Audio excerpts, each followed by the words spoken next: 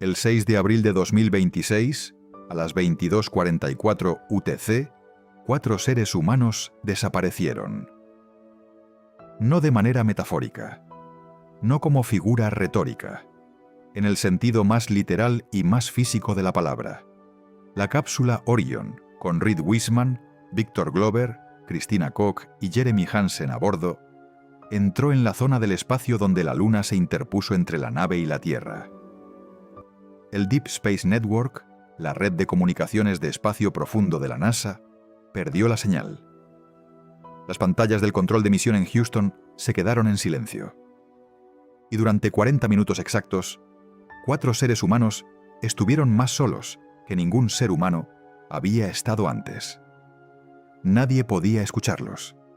Nadie podía verlos. Nadie podía contactarlos. Ninguna señal de radio, en ninguna frecuencia del espectro electromagnético, podía atravesar los 3.500 kilómetros de roca lunar que se habían interpuesto entre ellos y el planeta donde nacieron. En esos 40 minutos, Orion pasó a 6.545 kilómetros de la superficie de la cara oculta de la Luna. Y lo que los 4 astronautas vieron desde las ventanas de la cápsula en esos 40 minutos y en las horas que los rodearon es algo que ningún ser humano había visto antes. No desde un satélite, no desde un telescopio, con sus propios ojos, a distancias que hacen la diferencia entre ver y estar presente.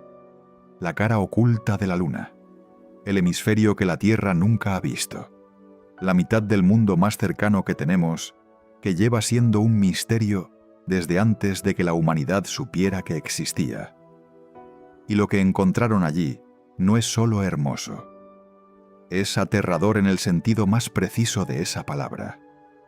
Aterrador porque revela algo sobre la historia del sistema solar, sobre la historia de la Luna y de la Tierra, que los científicos todavía no saben explicar completamente, y que Artemis II acaba de hacer más urgente que nunca. En los próximos minutos vas a entender exactamente qué es la cara oculta de la Luna y por qué es tan diferente de la cara que ves en el cielo cada noche. Vas a entender qué vieron Wiseman, Glover, Koch y Hansen en sus 7 horas de vuelo sobre la superficie lunar. Los cráteres, los colores imposibles, los destellos de impactos de meteoritos en tiempo real, el misterio de Reiner Gamma, la primera visión humana completa de la cuenca orientale. Vas a entender la pregunta científica que lleva décadas sin respuesta y que hace que la cara oculta sea el objeto más perturbador del sistema solar interior. ¿Por qué los 2 hemisferios de la Luna son radicalmente distintos si son el mismo objeto formado del mismo material en el mismo momento? Y al final vas a enfrentarte a algo que ninguna imagen robótica había podido transmitir de la misma manera que la voz de Victor Glover transmitiendo desde 406.000 kilómetros. La sensación de estar delante de algo que la ciencia todavía no entiende y que la humanidad acaba de ver por primera vez con sus propios ojos. Solo lo esencial. La Luna está en rotación síncrona con la Tierra. Eso significa que tarda exactamente el mismo tiempo en rotar sobre su propio eje que en completar una órbita alrededor de la Tierra. Aproximadamente 27,3 días terrestres. Como resultado, siempre presenta la misma cara a la Tierra. La cara visible, el hemisferio que la humanidad ha observado desde el inicio de los registros históricos, se llama cara cercana o near side. La cara que nunca es visible desde la Tierra se llama cara oculta o far side. Hasta el 7 de octubre de 1959, cuando la sonda soviética Luna 3 transmitió las primeras fotografías del hemisferio oculto, ningún ser humano ni ningún instrumento había visto esa mitad de la Luna. Lo que Luna 3 reveló sorprendió a los científicos de una manera que 6 décadas de exploración robótica posteriores solo han profundizado. Los dos hemisferios de la Luna son radicalmente diferentes. La cara cercana está cubierta en aproximadamente un 31% de su superficie por mares. Las llanuras oscuras de basalto volcánico que forman los patrones que la humanidad interpreta como la cara del hombre en la Luna, el conejo, la liebre, dependiendo de la cultura. La cara oculta tiene mares que cubren aproximadamente el 1% de su superficie. Misma Luna, mismo origen, mismo material, dos caras que no podrían ser más diferentes, y nadie sabe completamente por qué. El 6 de abril de 2026, 4 seres humanos vieron esa cara oculta con sus propios ojos, con 175 gigabytes de datos recopilados, con más de 35 objetivos científicos documentados, con 6 destellos de impactos de meteoritos observados en tiempo real sobre la superficie oscura, con colores que ninguna imagen robótica había captado de la misma manera, y con frases transmitidas desde 406.000 kilómetros que los científicos en Houston recibirán durante meses. Hay un conjunto de números que definen lo que fue el sobrevuelo de Artemis II con una precisión que los titulares no capturan. 6.545 kilómetros. La distancia de la máxima aproximación a la superficie lunar durante el sobrevuelo. Para que lo dimensiones, la Estación Espacial Internacional orbita la Tierra a 400 kilómetros de altitud. Los astronautas del Apollo orbitaban la Luna a aproximadamente 110 kilómetros. Artemis II pasó a 6.545 kilómetros. Esa distancia mayor es la consecuencia directa de que Artemis II no es una misión de aterrizaje, sino de prueba orbital de la cápsula Orion. No acercarse más no fue una limitación, fue una decisión de diseño de misión. Desde 6.545 kilómetros, el campo de visión de las ventanas de Orion abarcaba simultáneamente regiones que desde la órbita baja del Apollo solo podían verse de manera secuencial. Los astronautas podían ver la cuenca orientale completa en un solo vistazo. Podían ver Hertzsprung y Orientale al mismo tiempo para comparar. Podían ver el terminador y la zona iluminada simultáneamente. 7 horas. La duración del período de observación. El tiempo que la tripulación pasó rotando en turnos en las ventanas de la cápsula, capturando imágenes, describiendo observaciones, documentando los 35 objetivos científicos. Apolo 11 pasó aproximadamente 2,5 horas en la superficie. Apolo 17, la misión de mayor duración en la superficie, pasó 22 horas en 3 caminatas lunares. Artemis II no aterrizó, pero sus 7 horas de observación activa desde 6.545 kilómetros de altitud produjeron un tipo de datos que ningún aterrizaje lunar anterior había podido generar: la visión del hemisferio completo y de la transición entre las dos caras desde la perspectiva orbital. 175 gigabytes. El volumen total de datos científicos recopilados durante el sobrevuelo. Para que lo dimensiones, el archivo completo de fotos de la misión Apolo 11, digitalizado en alta resolución, es de aproximadamente 8 gigabytes. Los 175 gigabytes de Artemis II son el equivalente de más de 20 misiones Apolo 11 en términos de volumen de datos. No toda esa información es igualmente valiosa científicamente, pero la cantidad garantiza que hay suficiente redundancia para que los datos cruciales no se pierdan por ningún fallo técnico de ninguna cámara específica. 20 gigabytes en 45 minutos.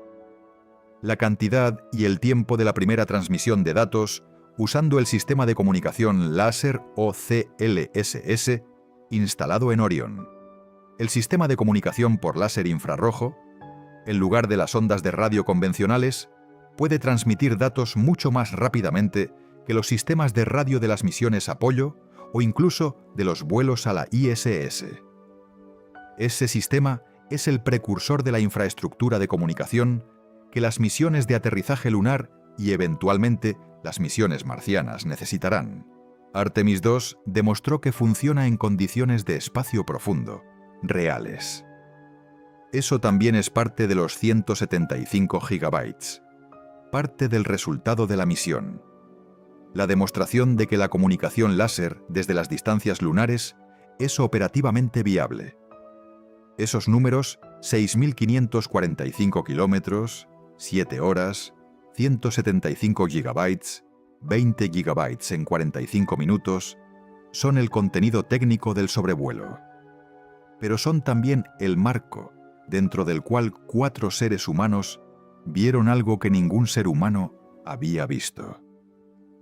Y los marcos no son la historia. La historia es lo que estaba dentro. Hay algo que casi todo el mundo cree sobre la cara oculta de la Luna que es incorrecto. No está oscura. No es el lado oscuro de la Luna en el sentido de que no recibe luz. La cara oculta recibe exactamente la misma cantidad de luz solar que la cara cercana. Aproximadamente la mitad del tiempo, la cara oculta está iluminada por el Sol y la cara cercana está en oscuridad. En luna llena para los observadores en la Tierra, la cara cercana está completamente iluminada y la cara oculta está completamente oscura. En luna nueva, la cara cercana está completamente oscura y la cara oculta está completamente iluminada. El error de llamarla lado oscuro viene de la confusión entre oscuro, en el sentido de no iluminado, y oscuro en el sentido de desconocido o inaccesible. En inglés, dark side puede significar las dos cosas. Y durante décadas la expresión Dark Side of the Moon se usó para describir el hemisferio que la humanidad no podía ver, con la connotación implícita de que era un lugar de misterio y peligro. El álbum de Pink Floyd de 1973 cristalizó esa imagen en la cultura popular. Pero la cara oculta de la Luna no es oscura, es oculta. La diferencia es crucial. Oculta en el sentido de que la rotación síncrona de la Luna mantiene ese hemisferio permanentemente fuera del campo de visión de la Tierra. No por falta de luz, sino por geometría orbital. Y lo que los astronautas de Artemis II vieron cuando sobrevolaron ese hemisferio. El 6 de abril no fue oscuridad. Fue el mismo suelo gris e iluminado, o en la zona del terminador, el mismo contraste de luz y sombra extremo que habrían visto en cualquier región de la cara cercana. Lo que hace al hemisferio oculto misterioso no es la falta de luz, es la falta de acceso humano directo. Y ese acceso, que la rotación síncrona había negado a la humanidad durante toda su historia, fue temporalmente concedido el 6 de abril de 2026. No de manera permanente, solo durante 7 horas, solo a 4 personas, solo desde la distancia específica de 6.500 kilómetros que la trayectoria de Orion permitía. Pero esa concesión temporal es la que produjo los 175 gigabytes, los 35 objetivos documentados, los 6 destellos de impactos de meteoritos, las tonalidades verdosas de Hansen, la descripción del terminador de Glover y la observación de Orientale de Weissman, y la imagen del EarthSat, la Tierra poniéndose sobre el horizonte lunar. La imagen que solo existe desde el único lugar del espacio donde la Tierra nunca es visible, salvo en la geometría específica de ese sobrevuelo. La imagen del hemisferio que llevaba toda la historia de la humanidad sin que ningún ser humano la tomara. Para entender lo que los astronautas de Artemis II encontraron, necesitas entender primero lo que la cara oculta de la Luna es y lo que significa que durante la mayor parte de la historia humana haya sido completamente invisible.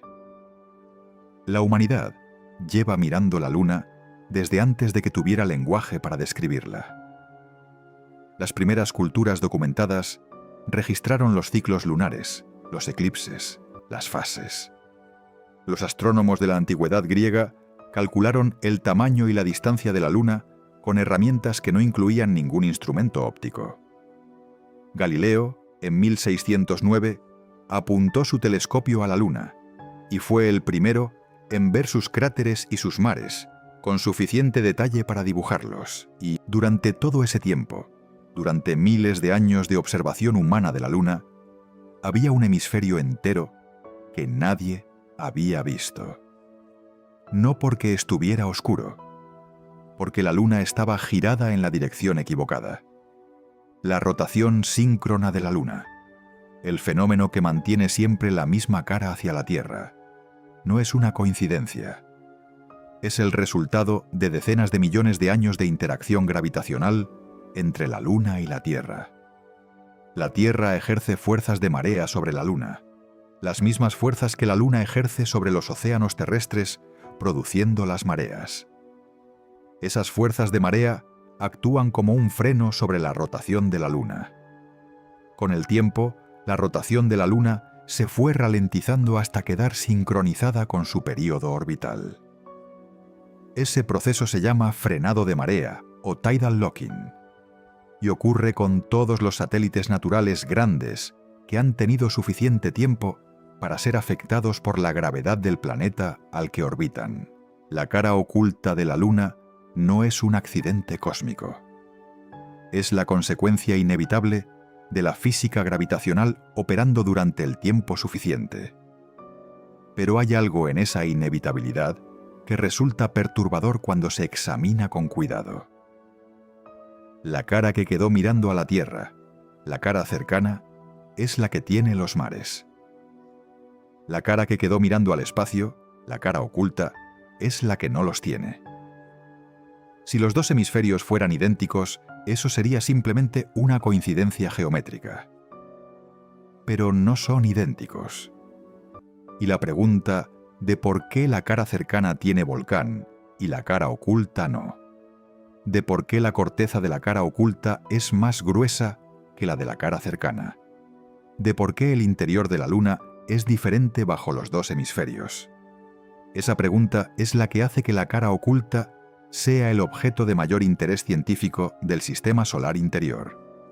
El 7 de octubre de 1959, la sonda soviética Luna 3 completó la primera fotografía de la cara oculta. Las imágenes eran de baja resolución, granuladas, llenas de artefactos del sistema de transmisión analógico de la época. Pero mostraban algo que los científicos no esperaban: no mares, no las llanuras oscuras de basalto volcánico que cubren casi un tercio de la cara cercana. En su lugar, cráteres, cúmulos de cráteres. Un paisaje más antiguo, más accidentado, más cicatrizado que el de la cara cercana. Una superficie que parecía no haber conocido los flujos de lava que habían rellenado los grandes cráteres de impacto de la cara cercana y los habían convertido en las llanuras oscuras que hoy llamamos mares. La cara oculta se parecía más a las tierras altas lunares que a los mares, y no había ninguna explicación obvia de por qué. En las décadas siguientes, las misiones robóticas fueron completando el mapa de la cara oculta con creciente resolución. El Lunar Orbiter de la NASA en los años 1960. Las misiones Apolo, que aunque aterrizaron en la cara cercana, fotografiaron la cara oculta en sus trayectorias de transición. El Lunar Reconnaissance Orbiter, que desde 2009 ha proporcionado el mapa más detallado de toda la superficie lunar jamás producido. Y la misión Chang'e 4 de China en 2019, el primer aterrizaje controlado en la cara oculta de la Luna, que operó dentro de la cuenca von Karman, en el interior del inmenso cráter del Polo Sur Aitken. Todos esos instrumentos han proporcionado datos que han agudizado las preguntas más que las respuestas. La diferencia entre los dos hemisferios no es solo topográfica. La corteza de la cara oculta es en promedio 10 a 15 kilómetros más gruesa que que la de la cara cercana. La composición química es diferente. La cara cercana tiene altas concentraciones de potasio, elementos de tierras raras, fósforo y elementos productores de calor radiactivo como el torio y el uranio, en una región que los geoquímicos llaman el terreno creep de Quam, Procellarum. La cara oculta carece prácticamente de ese enriquecimiento en creep.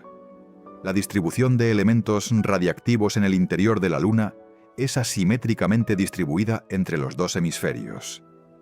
Y esa asimetría es la clave del misterio de la cara oculta. Si tienes más elementos radiactivos en el interior de un hemisferio, ese hemisferio genera más calor internamente. Más calor interno significa más actividad volcánica.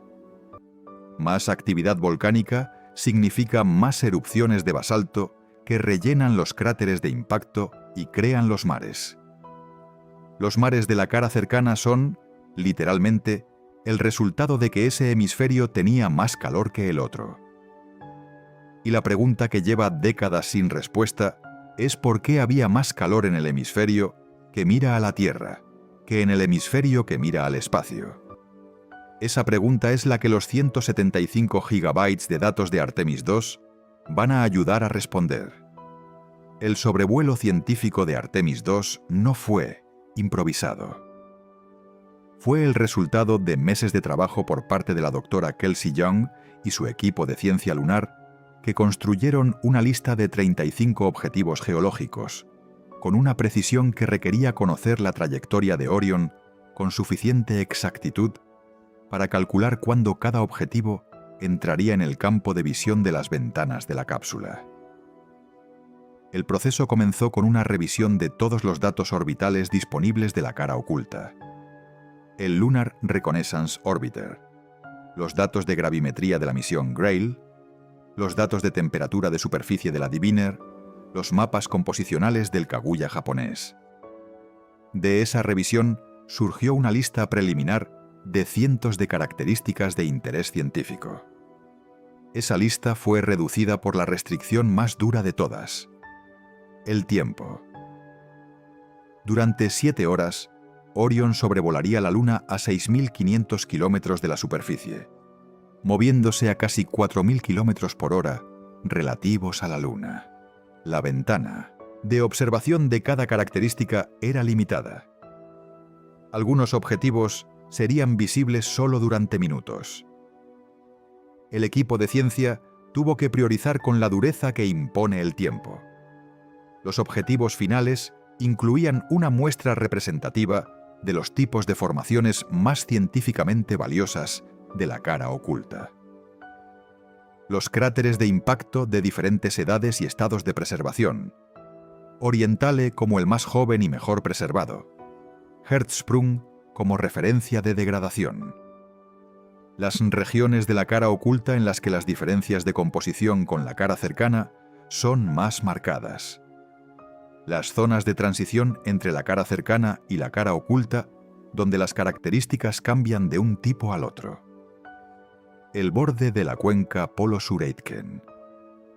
Y las formaciones de la región polar, que serán el entorno de las futuras misiones de aterrizaje. La doctora Young también seleccionó algunos objetivos que llama de oportunidad. Características que los 1800 en mapas orbitales habían identificado como potencialmente interesantes, pero sobre las que los datos existentes no eran suficientes para caracterizarlas bien. Para esos objetivos de oportunidad, la observación humana directa era el tipo de dato que podía hacer la diferencia. No porque el ojo humano sea más preciso que los instrumentos, sino porque el ojo humano, en tiempo real, con el cerebro de alguien que ha estudiado geología lunar durante meses, puede distinguir entre las posibles interpretaciones de una característica ambigua, de una manera que ningún procesamiento posterior de imagen hace con la misma eficiencia. Eso fue lo que Hansen hizo con las tonalidades verdosas. Eso fue lo que Glover hizo con la descripción del terminador. Observación de oportunidad. Datos únicos que no estaban en ningún mapa. El 7 de octubre de 1959 es una fecha que la historia de la astronomía registra con la misma importancia que el 4 de octubre de 1957, cuando el Sputnik 1 fue el primer objeto artificial en orbitar la Tierra. Pero recibe mucho menos atención. Ese día, la sonda soviética Luna 3 tomó las primeras fotografías de la cara oculta de la Luna. El proceso técnico por el que esas fotografías llegaron a la Tierra es en sí mismo una historia extraordinaria sobre los límites de la tecnología de su época. Luna 3 no transmitió las imágenes por radio en tiempo real. No podía. Las tecnologías de transmisión de datos de 1959 no tenían el ancho de banda suficiente para enviar imágenes de calidad razonable desde las distancias que la sonda alcanzó. En su lugar, Luna 3 llevaba a bordo un sistema de película fotográfica. La sonda se orientó hacia la Luna y expuso la película con su sistema de cámaras durante el sobrevuelo. La película fue revelada automáticamente a bordo por un sistema de revelado en seco. Y las imágenes reveladas fueron escaneadas ópticamente por un sistema de fotoeléctric y los datos transmitidos por radio a la Tierra como señales analógicas que los ingenieros soviéticos convirtieron en imágenes. El proceso completo, desde la exposición de la película hasta la recepción de las primeras imágenes en la Tierra, tomó días. Las imágenes que llegaron tenían una resolución extremadamente baja comparada con cualquier estándar moderno. Mostraban las formas generales del terreno, pero no el detalle. Pero mostraban algo. Mostraban que la cara oculta de la Luna era diferente de la cara cercana. Menos mares, más cráteres. Una superficie que parecía más antigua, más bombardeada, menos suavizada por el volcán que la cara que habían conocido durante milenios. Los soviéticos nombraron varios rasgos de la cara oculta en las primeras imágenes de Luna 3. El mar de Moscú, la cordillera soviética, el cráter Tsiolkovsky, en honor al visionario ruso de la cohetería espacial. Esos nombres siguen en los mapas lunares hoy. Son los primeros trazos de la humanidad en el territorio que nunca había visto. Y son el precedente directo de los cráteres Integrity y Carroll que la tripulación de Artemis II propuso el 6 de abril de 2026. 6 décadas después del primer vistazo, los primeros ojos humanos directos en esa misma región. La diferencia entre lo que Luna 3 vio y lo que Artemis II vio no es solo de resolución, es de tipo de datos. Luna 3 vio formas. Artemis II vio colores, texturas, diferencias de brillo que los ojos humanos interpretaron en tiempo real con el contexto de décadas de ciencia lunar. Luna 3 abrió la puerta. Artemis II es la primera visita con presencia humana al umbral de esa puerta.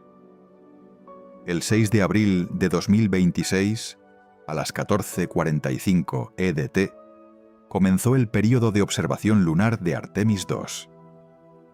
Las ventanas principales de la cápsula Orion apuntaban hacia la Luna. La tripulación había pasado los días anteriores estudiando los 35 objetivos científicos que la doctora Kelsey, Young y su equipo de ciencia lunar habían seleccionado específicamente para este sobrevuelo. Habían practicado las observaciones en simuladores. Habían aprendido la terminología geológica. Habían estudiado las fotos y los mapas hasta conocer cada característica que iban a ver. Y nada de eso les preparó completamente para lo que vieron. El primer objetivo que la tripulación describió en detalle fue Rainer Gamma, una anomalía, no un cráter, no un mar, no una formación geológica de las que los estudiantes de geología lunar aprenden en los libros de texto. Rainer Gamma es un swirl, un remolino brillante en la superficie lunar que no tiene ningún relieve topográfico. No es una elevación, no es una depresión, es simplemente una región de la superficie que refleja la luz de manera diferente al terreno que la rodea. Brillante, donde debería ser oscura. Con patrones de espiral que recuerdan a los patrones que el viento produce en la arena, pero en una superficie donde no hay viento. Y nadie sabe por qué existe. Los swirls lunares son uno de los fenómenos más desconcertantes de la superficie lunar.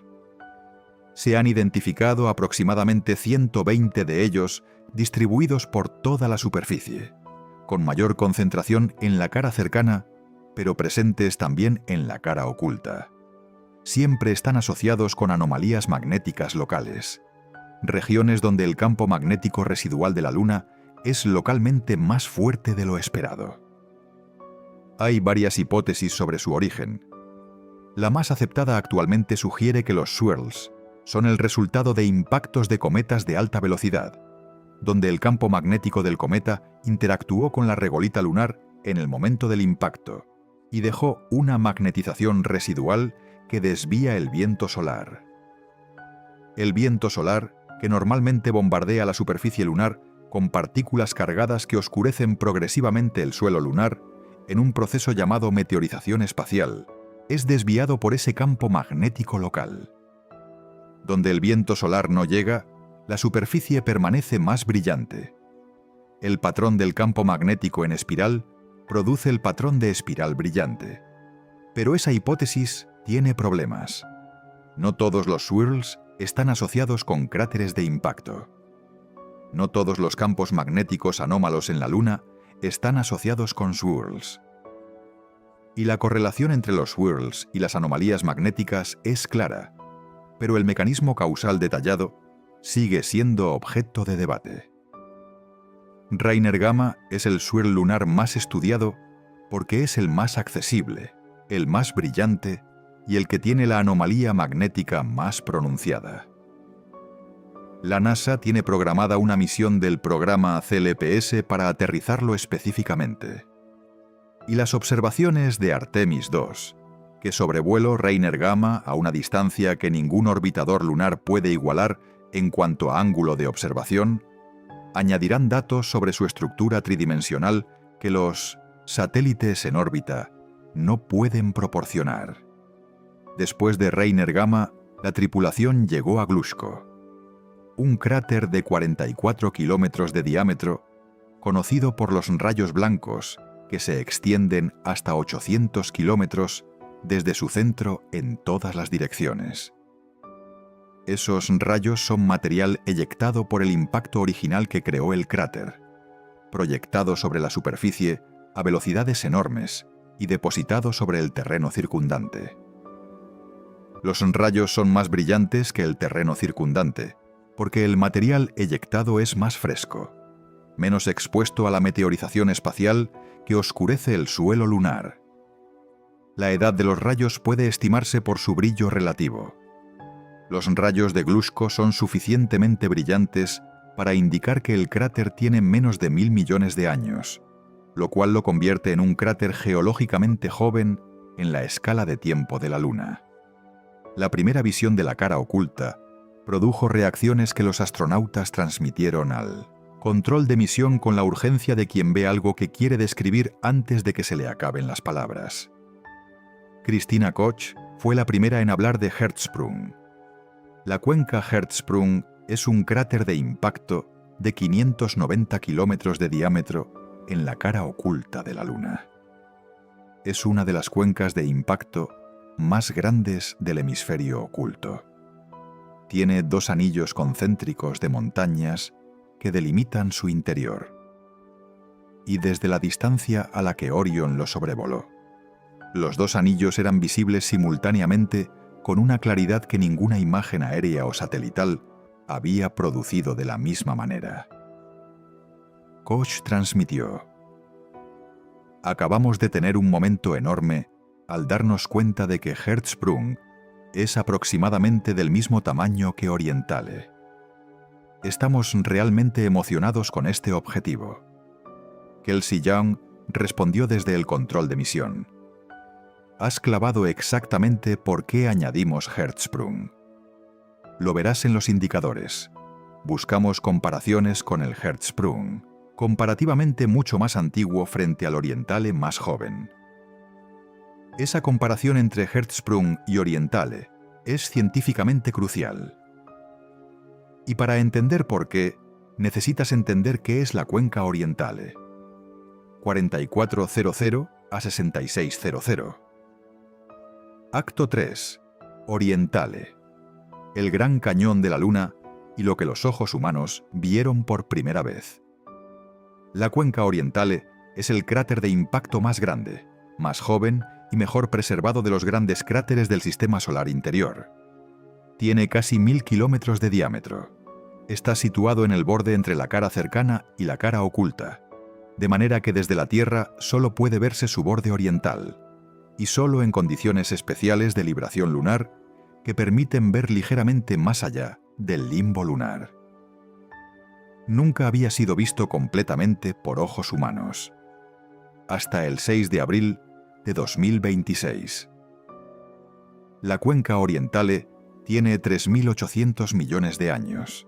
Se formó cuando un objeto de dimensiones estimadas en decenas de kilómetros impactó la superficie lunar durante el periodo conocido como el Gran Bombardeo Tardío, la fase de la historia del Sistema Solar en que los planetas rocosos y sus satélites fueron bombardeados masivamente por objetos del cinturón de asteroides y de otros repositorios de material restante de la formación del Sistema Solar. El impacto fue tan violento que vaporizó el material de la superficie en el punto de contacto, fundió y liquidó el suelo lunar en un radio de cientos de kilómetros y envió ondas de choque a través de la corteza lunar que se propagaron hacia afuera en anillos concéntricos, como los anillos que produce una piedra al caer en el agua. Esos anillos de choque solidificaron como montañas concéntricas alrededor del punto de impacto. 3 anillos principales, con el exterior alcanzando casi 1000 kilómetros de diámetro desde el centro. Lo que hace a Orientale científicamente invaluable es que, a diferencia de la mayoría de los grandes cráteres de impacto lunares que han sido modificados, rellenados de basalto volcánico o cubiertos por cráteres posteriores durante miles de millones de años, Orientale ha permanecido relativamente preservado. Sus anillos de montañas siguen siendo distintos.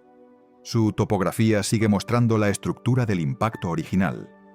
Es, en palabras de la doctora Kelsey Young, la científica jefa de ciencia lunar de Artemis II, la plantilla que los científicos usan para entender cómo los impactos masivos dan forma a las superficies planetarias en todo el sistema solar. No solo en la Luna, en Mercurio, en Marte, en las lunas de los planetas exteriores. Orientale es el libro de texto de los cráteres de impacto gigantes. El comandante Reed Wiseman fue el primero en describir lo que vio.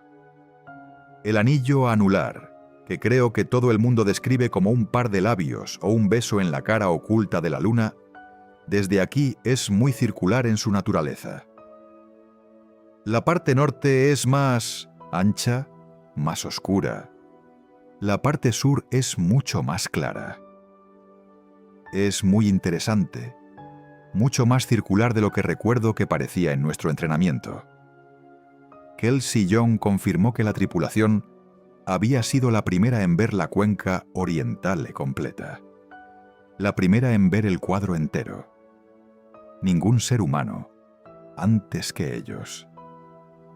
Solo imágenes robóticas que, por muy de alta resolución que sean, no transmiten la misma información que el ojo humano observando en tiempo real desde una distancia que permite la perspectiva tridimensional. Lo que el ojo humano puede hacer que las cámaras no pueden replicar completamente fue el tema central del intercambio de la misión con los científicos en Tierra. Paul Hine, científico planetario de la Universidad de Colorado Boulder, explicó después del flyby: el ojo humano es capaz de captar detalles de la superficie lunar que las cámaras a veces no pueden. Paul Byrne, científico planetario de la Universidad de Monmouth, Washington en St. Louis, fue más específico. El ojo humano es un instrumento más sensible que cualquier cámara que tengamos. No porque el ojo humano tenga mayor resolución espacial que las mejores cámaras científicas, sino porque el ojo humano hace algo que las cámaras no hacen. Integra información de contraste, textura y color en tiempo real de una manera que ningún algoritmo de procesamiento de imágenes replica completamente. El cerebro humano, detrás del ojo, interpreta lo que ve en función de un modelo mental del mundo que incluye décadas de entrenamiento geológico. Victor Glover demostró ese principio en una observación que los científicos en Houston describieron como una de las más importantes del sobrevuelo. Al volar sobre una de las cuencas de la cara oculta, transmitió: «Dios mío, ojalá tuviera más tiempo para quedarme aquí y describir lo que estoy viendo. Pero el terminador en este momento es simplemente fantástico. Es el más accidentado que he visto desde el punto de vista de la iluminación. Hay pequeñas islas. Hay islas de terreno que están completamente rodeadas de oscuridad, lo que indica una variación real del terreno. Si esto fuera la Tierra, diría que hay nieve volcada sobre algunas de las crestas en el interior de los anillos. Esa descripción, si esto fuera la Tierra, diría que hay nieve, no era una metáfora sin consecuencias. Era una observación de una diferencia en la reflectividad de las crestas interiores de un cráter respecto al material del fondo y los flancos. Esa diferencia puede indicar una diferencia en la composición del material. El material más fresco, extraído del interior de la Luna por el impacto original, tiene propiedades ópticas diferentes del material más antiguo y más oscurecido por la meteorización espacial. Una diferencia de brillo visible desde la ventana de una cápsula a 6.000 kilómetros puede apuntar hacia una diferencia de composición que ninguna imagen satelital ha podido caracterizar con la misma claridad. Y después vino el cráter Ohm. Ohm es un cráter de impacto de 64 kilómetros, en la cara oculta que la NASA ha clasificado como geológicamente joven y científicamente valioso por sus rayos de impacto. La tripulación observó que los rayos de Ohm, el material eyectado que se extiende radialmente desde el centro del cráter, tenían colores y albedos distintos en diferentes partes de su extensión. La doctora Kelsey Young explicó el significado de esa observación. Los eventos de impacto son realmente fascinantes. Pueden excavar material de grandes profundidades bajo la superficie, lo que significa que son como un código de trucos para los geólogos.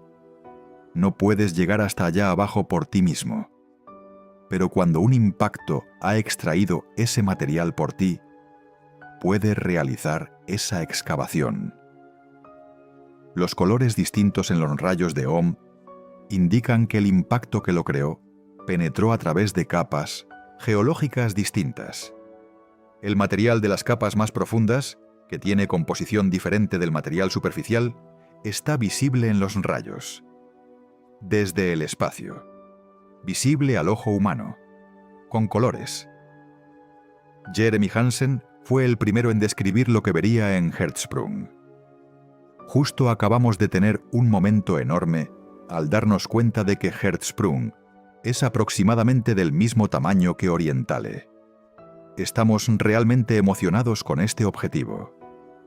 Y después añadió algo que los científicos en tierra no esperaban en ese momento de la descripción. Describió matices de color en uno de los platós de la cara oculta. Tonalidades verdosas únicas. No vi nada parecido en ninguna otra parte de este lado de la Luna. El científico David Kring, que había dado entrenamiento de geología lunar a los 4 astronautas, fue cauteloso al interpretar esa observación. Soy prudente a la hora de atribuir mucho peso a los colores, ya que los ojos pueden ser engañados por el color. Pero añadió, las futuras misiones recogerán muestras que permitirán a los científicos tener un análisis detallado de lo que observaron. Y luego estaba el terminador. El terminador lunar es la línea que divide la cara iluminada de la cara oscura de la Luna en cualquier momento. En el terminador, la luz solar llega con un ángulo tan rasante que las sombras son extraordinariamente largas. Una cresta de 100 metros de altura proyecta una sombra de kilómetros de longitud. Un cráter que en luz directa parecería plano, se convierte en un pozo de oscuridad absoluta, con islas de terreno iluminado flotando sobre la negrura. Victor Glover pasó varios minutos describiendo el terminador en tiempo real al control de misión con una intensidad que el equipo de ciencia captó como la descripción humana más precisa de esa zona de la Luna que jamás habían escuchado. Hay islas de terreno allí fuera que están completamente rodeadas de oscuridad, lo que indica una variación real en el terreno. Y luego uno de los cráteres más al sur de Babilón, quizás a mitad del camino hacia el Polo Sur. Hay como 2 rayos en forma de isla, apuntando al oeste y al norte, que indican crestas muy altas y cañones muy profundos que salen de ese cráter. Kelsey Young respondió: «Oh, Dios mío, eso fue una imagen increíble que acabas de pintar.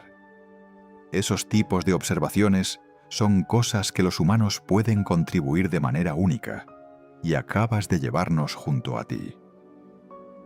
La razón por la que esa descripción importa más allá de su valor estético es práctica y urgente. Artemis 4, la misión que aterrizará astronautas en el polo sur de la Luna, tiene que descender hacia la superficie en condiciones de iluminación rasante, idénticas a las del terminador. El polo sur lunar nunca tiene luz solar directa en ángulo vertical. La luz siempre llega desde el horizonte, en ángulos de menos de 1,5 grados. Las sombras son siempre largas. El contraste entre las zonas iluminadas y las zonas en sombra es siempre extremo. El científico David Crane señaló exactamente eso. Las variaciones de elevación son mayores que la elevación del monte Everest en la Tierra. Las fotos en papel plano no capturan la topografía. Victor Glover, describiendo el terminador en tiempo real desde la ventana de Orion, estaba generando el tipo de comprensión de esas condiciones que los futuros tripulantes de Artemis 4 necesitan tener antes de intentar aterrizar allí. La tripulación de Artemis 2 también vio el borde oriental de la cuenca Polo Sur-Aitken, una cuenca que no cabe completamente en el campo de visión de ningún instrumento, que no puede ser fotografiada en su totalidad desde ninguna posición orbital, que solo puede ser vislumbrada en su escala real desde la distancia específica del sobrevuelo de Artemis 2. La cuenca Polo Sur-Aitken es el mayor cráter de impacto conocido del sistema solar interior. Tiene 2.500 kilómetros de diámetro, 8 kilómetros de profundidad en sus regiones más profundas. Cubre casi el 25% de toda la superficie de la Luna. Si existiera en la Tierra, cubriría todo el territorio desde la costa del Atlántico de los Estados Unidos hasta las montañas rocosas, y desde la frontera con Canadá hasta México. Se formó hace aproximadamente 4.200 millones de años, en la etapa más antigua del Sistema Solar. El objeto que lo formó tenía que tener al menos 100 kilómetros de diámetro para generar ese impacto, probablemente más. La energía del impacto fue tan inmensa que penetró la corteza lunar y alcanzó el manto. Material del manto fue eyectado hacia la superficie. El impacto generó una onda de calor que los modelos geológicos sugieren se propagó por el interior lunar y puede haber sido la causa de la redistribución de los elementos creep hacia la cara cercana. Eso significa que la cuenca Polo Sur-Aitken, visible en el horizonte de las imágenes de Artemis 2, es probablemente el origen del misterio de la luna de dos caras. El impacto que formó ese cráter colosal pudo haber sido el evento que separó para siempre los destinos geológicos de los dos hemisferios, que volcó el interior de la luna en una dirección asimétrica que el tiempo nunca ha corregido completamente, que hizo que la cara cercana tuviera volcán y la cara oculta no, que hizo que la cara cercana sea el hemisferio que vemos desde la Tierra, con sus mares oscuros y sus patrones reconocibles, y que dejó la cara oculta como el archivo de lo que la luna era antes de que ese impacto cambiara todo.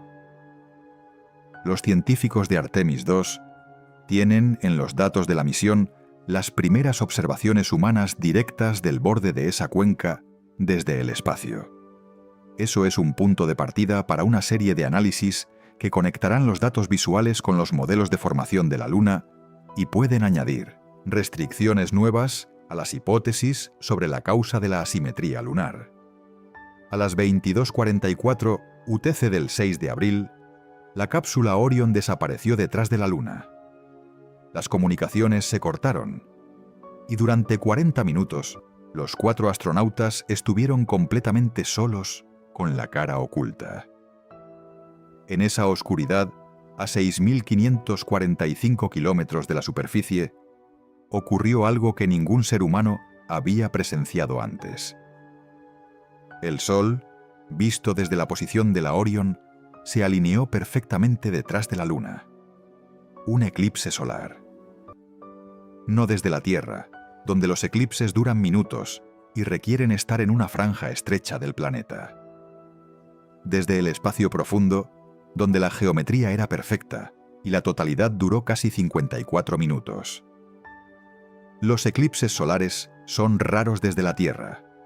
Son extraordinariamente raros desde el espacio profundo, porque requieren que la nave espacial esté en una posición orbital específica respecto a la Luna y al Sol en el momento exacto en que la Luna pasa frente al Sol desde la perspectiva de la nave. Durante el eclipse, la Luna bloqueó completamente el disco solar. Lo que quedó visible fue la corona solar, la atmósfera más exterior del Sol, que normalmente es completamente invisible, porque el brillo del disco solar la apaga. La corona es una región del Sol que los científicos llevan décadas intentando entender mejor, porque sus temperaturas, de varios millones de grados, son mucho mayores que las de la superficie solar de 5.500 grados. Y el mecanismo que produce ese calentamiento extremo todavía no está completamente explicado. Victor Glover transmitió al control de misión una descripción del eclipse que los físicos solares del equipo de ciencia de la misión recibirán como un regalo. La Luna está simplemente colgada frente a nosotros. Este orbe negro. Es difícil de describir verdaderamente. Es una vista terrible. Terrible en el sentido anglosajón de Wicked. Impresionante hasta el punto de la intimidación. Aterrador en el sentido de lo sublime. Pero lo que los astronautas vieron durante el eclipse, que no estaba en el plan de observación, lo que convirtió esos 54 minutos en uno de los hallazgos más concretos e inesperados del sobrevuelo, fueron los destellos. Durante la totalidad del eclipse, con el Sol bloqueado y la superficie oscura de la cara oculta visible, sin el brillo solar que normalmente la aplanaría en exceso de exposición, la tripulación vio algo en la oscuridad de la superficie. Puntos de luz. Destellos brevísimos. 6 impactos de meteoritos en tiempo real sobre la cara oculta de la Luna. Los impactos de meteoritos en la Luna producen destellos de luz visibles porque la energía cinética del impacto se convierte instantáneamente en calor y luz al chocar el objeto con la superficie. Esos destellos son conocidos. Se han documentado desde la Tierra usando telescopios en la cara cercana de la Luna durante eclipses, cuando la superficie oscurecida permite verlos. pero nunca habían sido documentados en la cara oculta. Nunca habían sido observados por seres humanos desde el espacio. Y los 6 destellos que Weissman y Hansen describieron como un punto de luz, brevísimo, van a ser correlacionados con datos de observatorios terrestres que estaban monitorizando la Luna en el mismo momento. Si la correlación funciona, los datos de Artemis II habrán producido la primera documentación simultánea de impactos de meteoritos en la cara oculta desde el espacio y desde la Tierra. Eso no es un detalle menor. Los datos sobre la tasa de impactos de meteoritos en la Luna tienen implicaciones directas para el programa de base lunar. Cualquier estructura construida en el Polo Sur tiene que estar diseñada para resistir los impactos de micrometeoritos que bombardean la superficie continuamente. La tasa de impactos, su energía media, la distribución de tamaños de los impactores, todos esos parámetros afectan el diseño de los escudos de las estructuras y de los trajes espaciales de los futuros astronautas. Los destellos documentados por Artemis II son datos de ingeniería de seguridad, además de datos científicos astronómicos. Christina Koch transmitió al control de misión en el momento en que Orion emergió del otro lado de la Luna y las comunicaciones se restablecieron. Es tan genial escuchar de la Tierra de nuevo. Y después la frase que los científicos del equipo de Koch llevarán en el libro de memorias de esta misión. Y a todos ustedes, allí abajo en la Tierra y alrededor de la Tierra, les queremos, desde la Luna.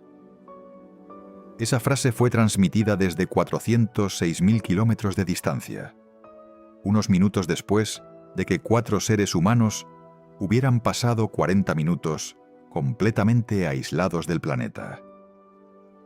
No es simplemente una declaración emocional. Es la descripción más concisa de lo que la exploración espacial humana produce que ningún documento técnico puede generar. Para entender por qué los datos de Artemis II llegan en un momento científicamente crucial, necesitas entender lo que la misión Chang'e 6 de China hizo en 2024. En junio de 2024, la sonda Chang'e 6 aterrizó en la cuenca von Karman, dentro de la cuenca Polo Sur Aitken, y recogió 1.935 gramos de material de la cara oculta. Fue la primera vez en la historia que se obtenían muestras de ese hemisferio. Y lo que los geoquímicos encontraron en esas muestras en noviembre de 2024 redefinió el problema de la asimetría lunar de una manera que nadie esperaba completamente. Las muestras mostraban basalto volcánico con una edad de 2.800 millones de años. Eso era sorprendente, porque era más joven de lo que los modelos predecían para esa región de la cara oculta. Pero lo más revelador era lo que las muestras no tenían. No tenían creep, prácticamente nada de los elementos, de tierras raras, del torio, del uranio que en la cara cercana habían alimentado el volcán tardío. El volcán de la cara oculta había durado 1.400 millones de años sin el combustible radiactivo que la cara cercana tenía. Eso planteó una pregunta nueva que los modelos anteriores no habían anticipado. Si la cara oculta no tenía creep, ¿qué mantenía su manto suficientemente caliente para producir volcán durante 1.400 millones de años? La respuesta que los investigadores propusieron, basada en el análisis de las muestras, fue la delgadez local de la corteza en la cuenca de impacto. Donde la corteza es más delgada, la presión sobre el manto es menor. Menor presión facilita el ascenso del magma desde profundidades menores. El impacto que formó la cuenca Polo Sur Aitken adelgazó la corteza localmente de manera tan radical que permitió que el manto fundido ascendiera sin necesitar el calor radiactivo que en la cara cercana hacía innecesaria esa compensación. Y en octubre de 2025, el análisis adicional de las muestras de Chang'e 6 reveló algo más. Las muestras indicaban que el material del manto de la cara oculta se había formado a una temperatura aproximadamente 100 grados centígrados, menor que el material equivalente de la cara cercana. El interior de la cara oculta era más frío, no solo en el pasado remoto, posiblemente todavía hoy. La diferencia de temperatura entre los dos mantos puede persistir.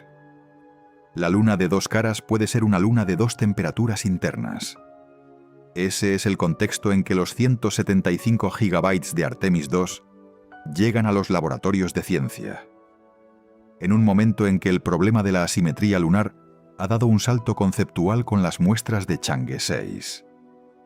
En que las preguntas son más específicas que nunca. En que los modelos necesitan restricciones que solo la observación directa de más características de la cara oculta puede proporcionar. Los datos de Artemis II no son el final del problema. Son el comienzo de una fase nueva en su resolución. Hay algo que ocurrió en el control de misión de Houston a las 22:44, UTC del 6 de abril, que ninguna transmisión en directo mostró completamente. El silencio. En el control de misión, cuando una misión espacial pierde comunicación con la nave, los controladores continúan trabajando. Monitorizan los últimos datos de telemetría recibidos antes de la pérdida de señal. Calculan el tiempo estimado de restablecimiento de comunicaciones.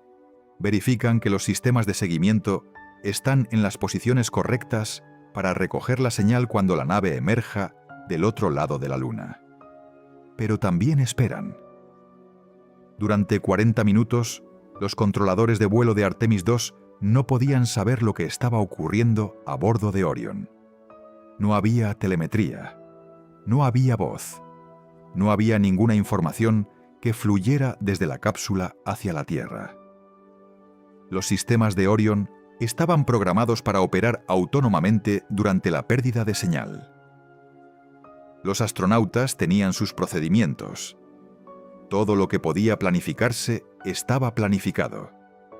Pero la planificación no elimina la incertidumbre.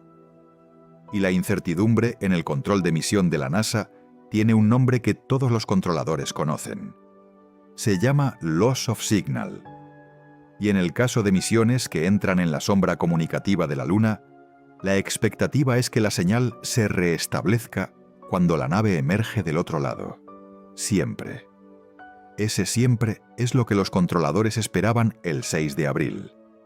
Y cuando la señal del Deep Space Network reapareció en los monitores del control de misión a las 23:24 UTC, exactamente 40 minutos después de la pérdida, lo que ocurrió en Houston fue lo que ocurre en cualquier sala de control, cuando 40 minutos de incertidumbre se resuelven de la única manera que importa. Alivio. Christina Koch transmitió desde Orion las primeras palabras después de la reaparición de la señal. Es tan genial escuchar de la Tierra de nuevo. Y el control de misión, que no había escuchado de Orion en 40 minutos, respondió de la manera que responden los sistemas de comunicación de espacio profundo cuando reciben datos del otro lado del universo. Con precisión técnica, con la frialdad profesional que el trabajo requiere, y con la satisfacción que no necesita ser expresada porque está en todos los números de telemetría que confirman que la nave y la tripulación están exactamente donde tienen que estar. El eclipse solar que los astronautas de Artemis II vieron durante el sobrevuelo no era solo un espectáculo, era un experimento científico, planificado con precisión, con objetivos específicos y con resultados que los físicos solares del equipo de la misión ya están analizando. La corona solar es la atmósfera más exterior del Sol. Se extiende millones de kilómetros más allá de la superficie visible del Sol y alcanza temperaturas de 1 a 3 millones de grados centígrados.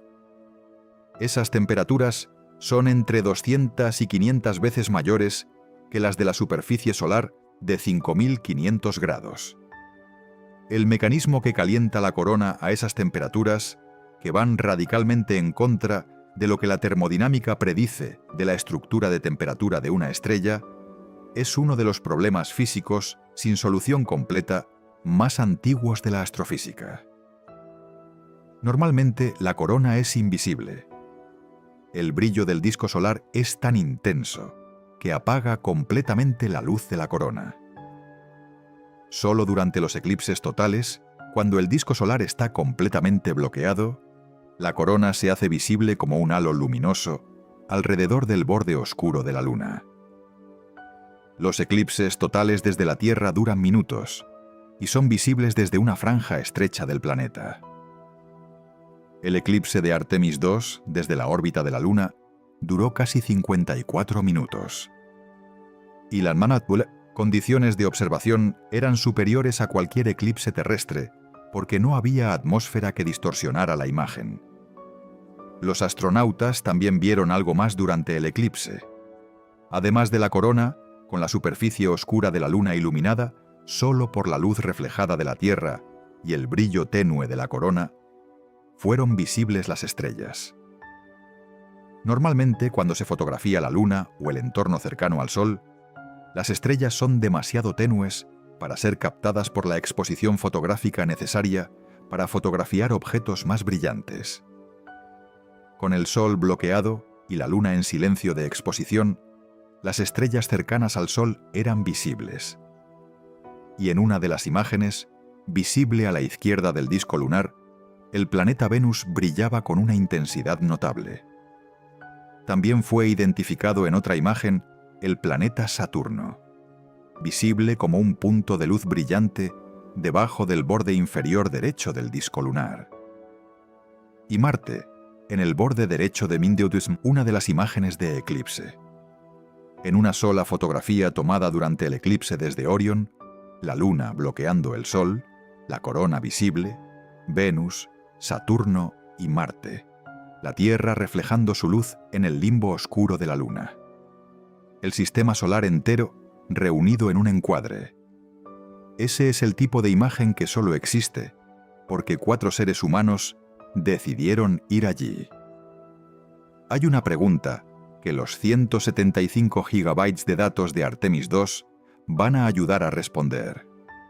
Una pregunta que los científicos llevan décadas formulando y que la misión Chang'e 6 de China acercó significativamente a una respuesta sin resolverla del todo. ¿Por qué los 2 hemisferios de la Luna son tan radicalmente diferentes? La diferencia es más profunda de lo que la descripción superficial sugiere. No es simplemente que la cara cercana tenga más mares. Es que la cara cercana y la cara oculta tienen composiciones de corteza diferentes, temperaturas internas históricas diferentes, historias volcánicas radicalmente distintas y distribuciones de elementos radiactivos que son asimétricas entre los 2 hemisferios de una manera que ningún modelo de formación lunar predijo. Para entender esa diferencia, necesitas entender lo que la Luna es geológicamente. La Luna se formó hace aproximadamente 4.500 millones de años, como resultado de un impacto gigante entre la Tierra primitiva y un objeto del tamaño de Marte al que los científicos llaman Theia. El impacto eyectó material al espacio que se acumuló gravitacionalmente para formar la Luna. En los primeros millones de años después de su formación, la Luna estaba completamente fundida, cubierta por un océano de magma que se extendía hasta grandes profundidades. A medida que ese océano de magma fue enfriándose, los diferentes minerales fueron cristalizando a diferentes temperaturas. Los minerales más densos se hundieron. Los menos densos flotaron hacia la superficie y formaron la corteza primordial de la Luna. El último material en cristalizar en ese océano de magma fue el que hoy llamamos crip, potasio, elementos de tierras raras, fósforo, junto con elementos productores de calor radiactivo como el torio y el uranio. Ese material, por ser el último en cristalizar, se concentró en la parte más exterior del manto lunar, justo debajo de la corteza. y está distribuido de manera tremendamente asimétrica.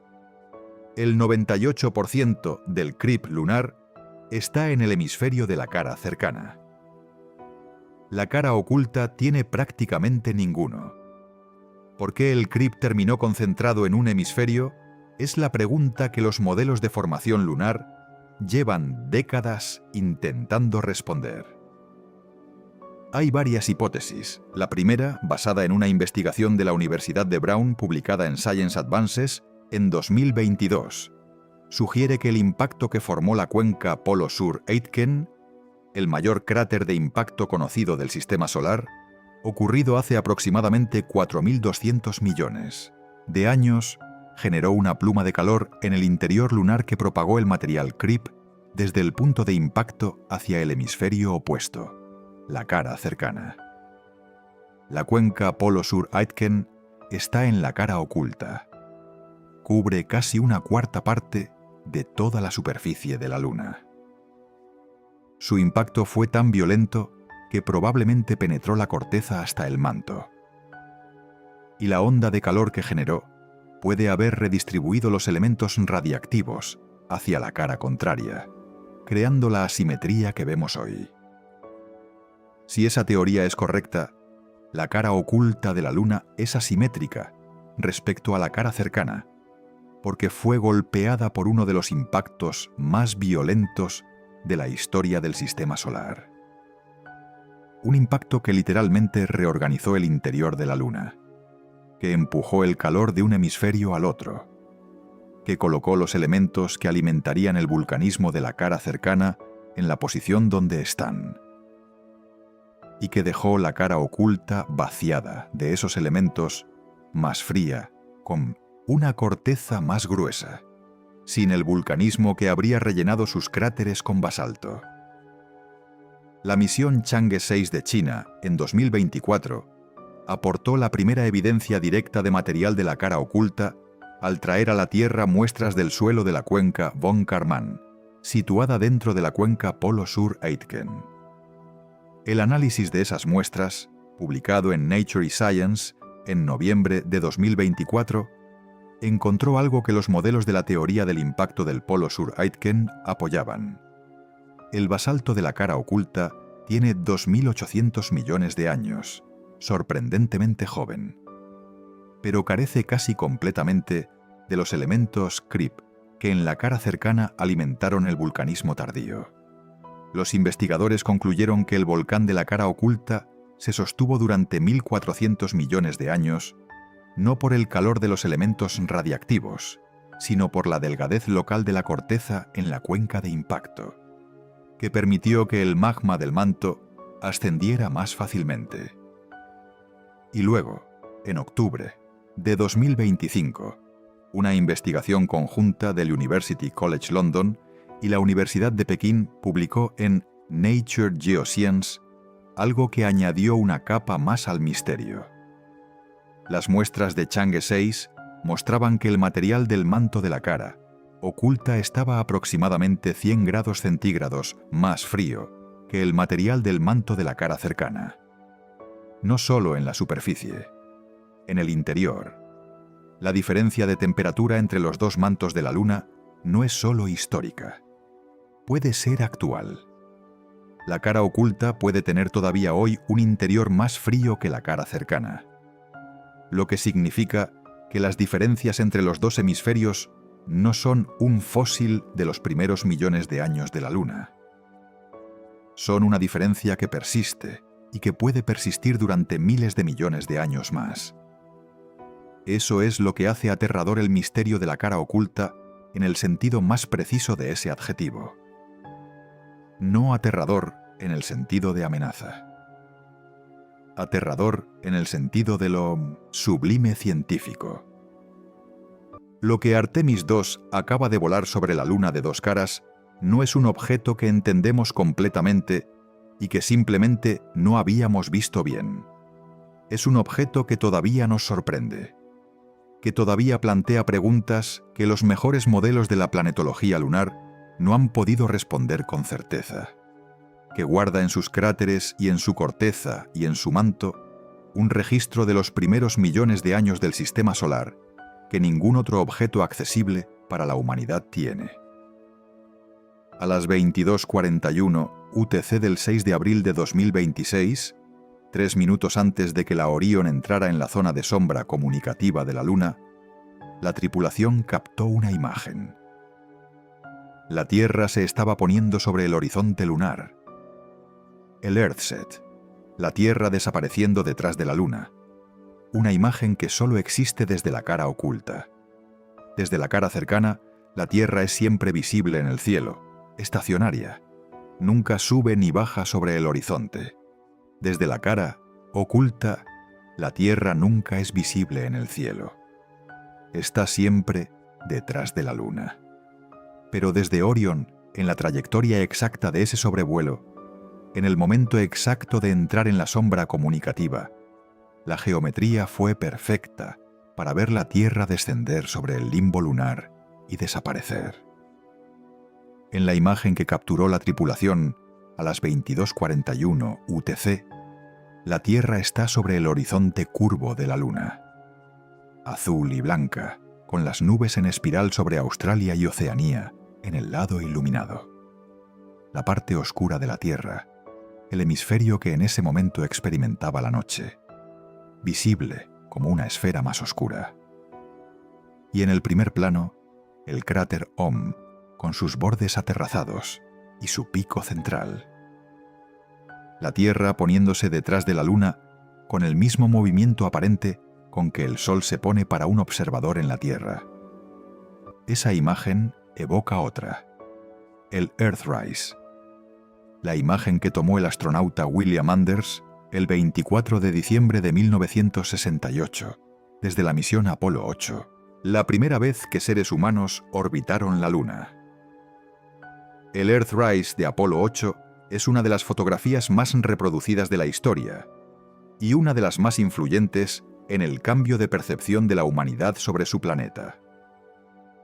Anders describió haberla tomado como encontrarse con la Tierra de repente, inesperadamente, surgiendo sobre el horizonte gris de la Luna, azul y viva en la oscuridad del espacio. Esa imagen cambió la manera en que muchas personas pensaban sobre la Tierra. No como el escenario natural de la vida humana, sino como un objeto finito y frágil en la oscuridad infinita. La imagen del Earthset de Artemis II tiene la misma calidad de cambio de perspectiva, pero con una diferencia que ninguna descripción técnica puede capturar completamente. El Earthrise de Apolo 8 fue tomado durante la transición entre la cara oculta y la cara cercana. El Earthset de Artemis II fue tomado desde la cara oculta propiamente dicha, desde el lugar desde el que la Tierra nunca es visible, desde el lugar que ha sido oscuro para la humanidad desde su origen, y desde el que la Tierra, en el momento preciso de la trayectoria de Orion, era visible desapareciendo bajo el horizonte. 38 minutos después, cuando Orion emergió del lado opuesto de la Luna y restableció comunicación con la Tierra, la tripulación vio el Earthrise. La Tierra volviendo a aparecer sobre el horizonte lunar desde el otro lado. Weissman, Glover, Cooks y Hinsen se convirtieron así en los primeros seres humanos que vieron tanto el Earthset como el Earthrise durante la misma misión. Los primeros que vieron la Tierra ponerse y volver a salir en el horizonte de otro mundo. El ciclo completo de la ocultación y la reaparición del planeta natal desde la perspectiva del único otro cuerpo celeste que los seres humanos han visitado. Una de las instrucciones más específicas que el equipo de ciencia lunar de Artemis II dio a la tripulación antes del Minuto Sinteldus sobrevuelo fue sobre los colores. Presta atención a los colores. Describe lo que ves. No intentes interpretar, solo describe. Esa instrucción venía de la lección del Apolo 17. Harrison Smith, el único geólogo que ha caminado en la Luna, vio suelo anaranjado en 1972 y forzó una revisión del cronograma de la historia volcánica lunar. La tripulación de Artemis II describió colores que los datos robóticos anteriores habían mostrado, pero que ningún observador humano en tiempo real había confirmado de la misma manera. Victor Glover describió las crestas interiores de una cuenca como cubiertas de tiza o quizás de nieve. La diferencia entre tiza y nieve en ese contexto no es una metáfora poética. Es una descripción de la calidad de la reflectividad, si es uniforme o si tiene la textura irregular que la nieve tiene, si los granos son visibles individualmente o si la superficie parece lisa. Esa distinción puede apuntar a diferencias en el tamaño del grano del material, en su porosidad, en su estado de procesamiento por la meteorización espacial. Jeremy Hansen vio tonalidades verdosas en un plató de la cara oculta. Los colores verdosos en la superficie lunar son inusuales. Los materiales lunares más comunes tienen colores que van del gris oscuro al gris claro, con variaciones de blanco en el material más fresco y negro o marrón en el material más alterado por la meteorización espacial. Las tonalidades verdosas en la geología de la Luna pueden estar asociadas con ciertos silicatos de hierro y magnesio que se forman bajo condiciones específicas de temperatura y presión en el manto lunar. Si Hansen vio un color verdoso en ese plató, y si las imágenes de alta resolución lo confirman, esa observación puede indicar la presencia de material del manto expuesto en la superficie por algún proceso que los modelos no habían caracterizado en esa región. El científico David Kring, que fue cauteloso sobre atribuir peso excesivo a las observaciones de color sin el análisis posterior de las imágenes, reconoció al mismo tiempo que ese tipo de señal no se puede ignorar. Los astronautas también pueden localizar cosas inusuales en la superficie de la Luna que pueden no haber sido vistas de otra manera, como lo hicieron durante las misiones Apolo. La observación de Hansen de las tonalidades verdosas es exactamente ese tipo de señal. Puede ser confirmada por los datos de imagen, puede resultar ser un artefacto de la iluminación, o puede ser el hallazgo del tipo de los que cambian la comprensión de un dominio científico. La diferencia entre esas tres posibilidades está en los datos que el equipo de ciencia está analizando ahora mismo.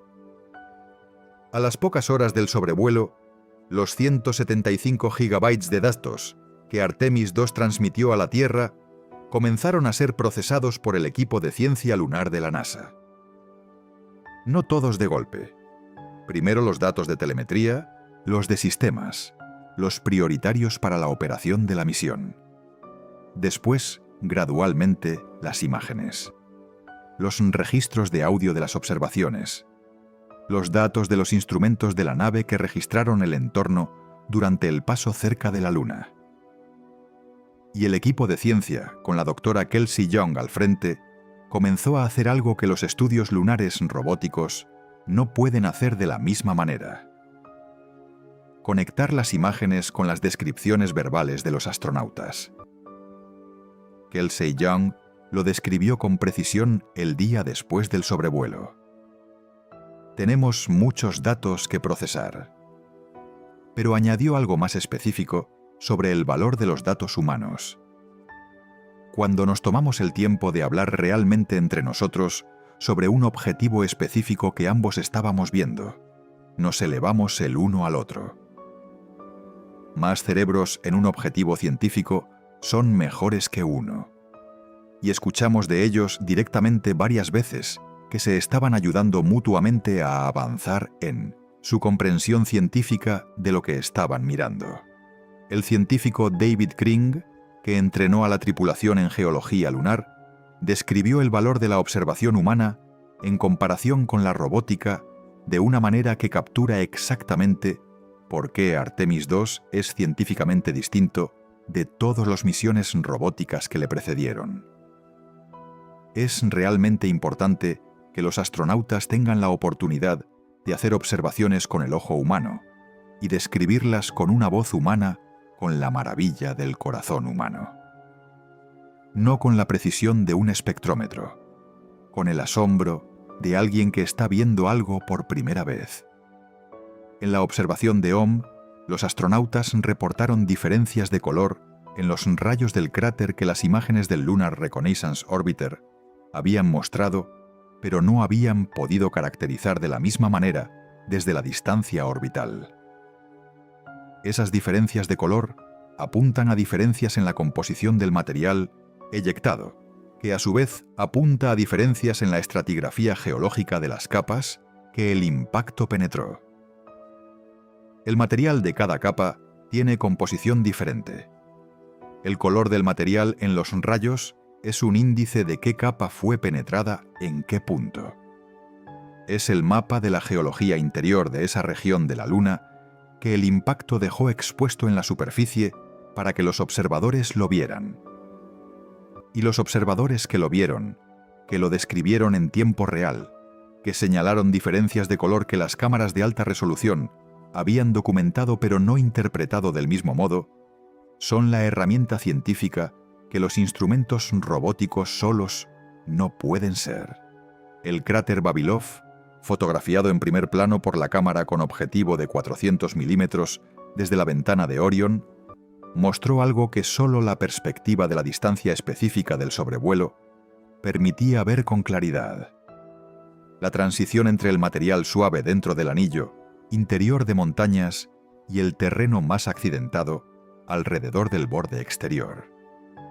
Esa transición en los datos del Lunar Reconnaissance Orbiter existe como diferencia de textura en las imágenes topográficas. Desde la ventana de Orion, a la distancia del sobrevuelo, con la iluminación rasante del terminador que acentuaba cada sombra, la transición era visible como una frontera geológica que el ojo podía seguir. Esos datos no serán publicados mañana. El equipo de ciencia lunar de Artemis II tiene meses de análisis por delante. Los 175 gigabytes de datos incluyen miles de fotografías de alta resolución que tienen que ser georreferenciadas, comparadas con los mapas existentes, analizadas en el contexto de los datos de la misión Apollo y de los orbitadores lunares. Los registros de audio de las observaciones en tiempo real tienen que ser transcritos, correlacionados con las posiciones de la nave en cada momento, convertidos en descripción geológica formal. Los datos de los 6 destellos de impacto de meteoritos tienen que ser correlacionados con las observaciones de observatorios terrestres que estaban monitorizando la Luna en el mismo periodo. Todo ese trabajo llevará tiempo. Pero la doctora Young fue directa sobre lo que el equipo anticipa encontrar. Puede haber respuestas a preguntas que los jóvenes y su equipo tienen sobre los orígenes de la Luna y lo que está hecha. No respuestas definitivas. Pistas. Las pistas que solo los primeros ojos humanos en esa región del espacio pueden aportar. Los 175 gigabytes de datos de Artemis II tienen un destinatario primario que no son los laboratorios de ciencia lunar. Son los ingenieros de misión que están ahora mismo trabajando en la selección del sitio de aterrizaje de Artemis IV. La misión que aterrizará en el polo sur de la Luna en 2028.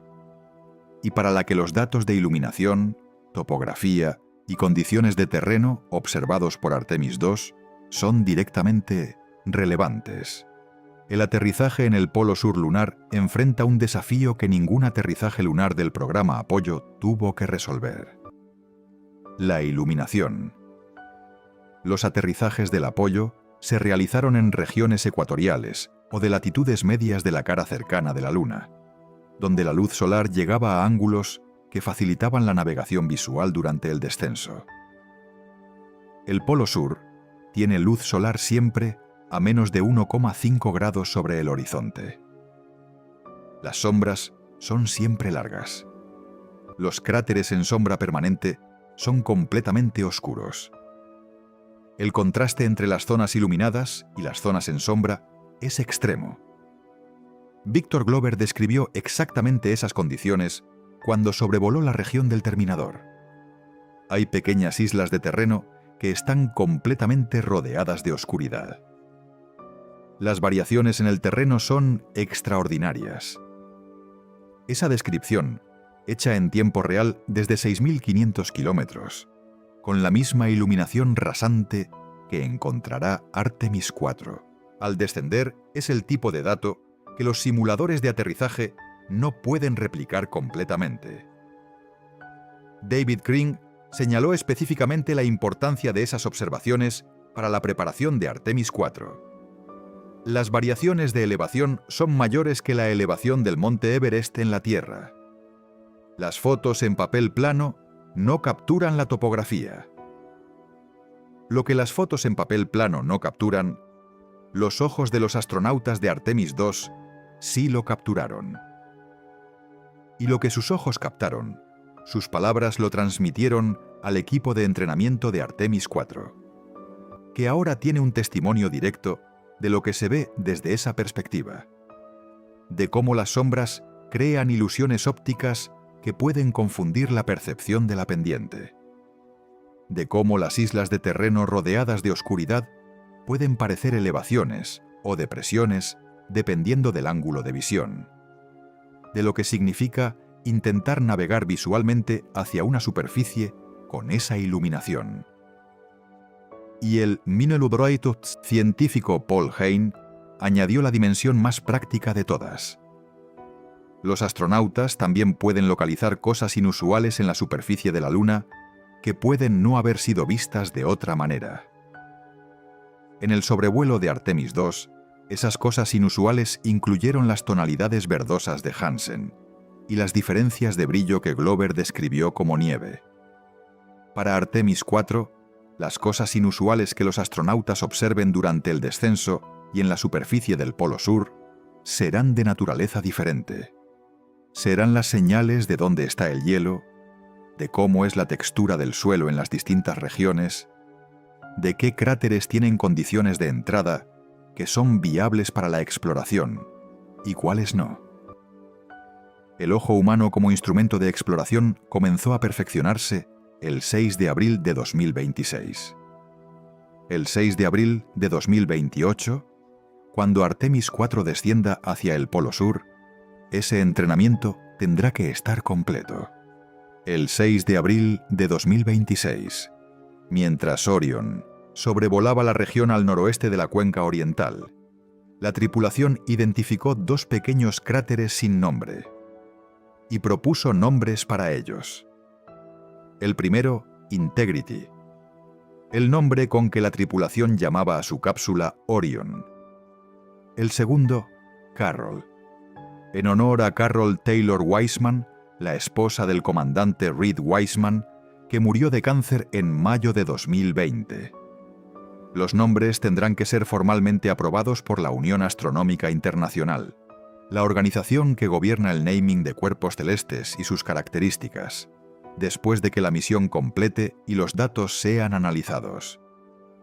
Pero la propuesta fue hecha en tiempo real, desde 406.000 kilómetros de distancia, mientras 4 personas estaban viendo esos cráteres con sus propios ojos por primera vez. Y hay algo en ese gesto que dice algo sobre por qué la exploración espacial humana produce cosas que la exploración robótica no puede producir. La historia de Carroll Taylor Wiseman es la historia que el comandante llevaba a la misión sin ningún documento oficial que la registrase. Era enfermera en una unidad de cuidados intensivos neonatales. Murió de cáncer en 2020, 4 años antes de que su esposo fuera nombrado comandante de Artemis 2. Wiseman llegó al mando de la misión más arriesgada de la NASA desde el Apolo, sabiendo que su esposa nunca lo vería despegar. Y cuando llegó al borde de la cara oculta de la Luna, señaló un cráter en la zona de transición entre la cara cercana y la cara oculta, en la región donde se puede ver desde la Tierra en condiciones especiales de libración, y dijo que quería llamarlo Carroll. Un punto brillante en la Luna, su nombre en otro mundo. Jeremy Hansen fue el que transmitió la propuesta al control de misión. Perdimos a un ser querido. Su nombre era Carroll. Es un punto brillante en la Luna. y nos gustaría llamarlo Carroll. El equipo de ciencia en tierra confirmó la identificación de los dos cráteres en las imágenes del sobrevuelo. El Carroll Crater, en la zona de transición entre las dos caras, a veces visible desde la Tierra en condiciones de libración favorable. El Integrity Crater, justo al noroeste de la cuenca orientale. Los dos, ahora parte del mapa de la Luna. Hay una dimensión de esa historia que va más allá de la anécdota emocional. En la historia de la exploración espacial, los nombres que los exploradores dan a los lugares que descubren son el primer acto de relación entre los seres humanos y el territorio que están abriendo. Los nombres del programa Apolo están en todos los mapas lunares. Fra Mauro, Hadley Rill, Taurus Littrow. Los lugares donde los astronautas dejaron sus pasos y donde sus nombres geográficos formales registran que algo ocurrió allí que la humanidad quería recordar. El Carroll Crater y el Integrity Crater entrarán en esa tradición. Son los primeros dos nombres que Artemis II deposita en la superficie de la Luna. El primero lleva el nombre de una nave. El segundo lleva el nombre de una mujer que nunca llegó a ver el despegue. Eso es la exploración espacial humana que ningún robot puede reproducir. La doctora Kelsey Young describió el impacto del sobrevuelo con una frase que captura el carácter de lo que ocurrió ese día. No puedo decir suficiente sobre cuánta ciencia ya hemos aprendido y cuánta inspiración nos has proporcionado a nuestro equipo completo, a la comunidad de ciencia lunar y al mundo entero con lo que fuiste capaz de traer hoy. Realmente acercaste la Luna para nosotros hoy. Acercaste la Luna. Eso es lo que los 4 astronautas de Artemis II hicieron el 6 de abril. No llegaron a la Luna. La acercaron. La trajeron dentro del alcance de la comprensión humana de una manera que las imágenes de los satélites no habían conseguido. Hay una pregunta que el sobrevuelo de Artemis II plantea de manera más directa que cualquier debate abstracto sobre la justificación del espacio tripulado. Si los satélites han mapeado la Luna con resolución de centímetros, si la misión Chang'e 6 ya trajo muestras de la cara oculta, si tenemos datos de docenas de misiones robóticas, ¿qué añade el ojo humano? La respuesta de los científicos que trabajaron con la tripulación de Artemis II durante el sobrevuelo es específica y demostrable. Los instrumentos robóticos miden. El ojo humano interpreta. Esa diferencia no es trivial. Un espectrómetro mide la reflectividad de la superficie en cada longitud de onda del espectro. Proporciona datos que un algoritmo convierte en estimaciones de composición mineral. Esos datos son precisos, reproducibles, objetivos. Pero son puntos. O en el mejor caso, mapas de puntos.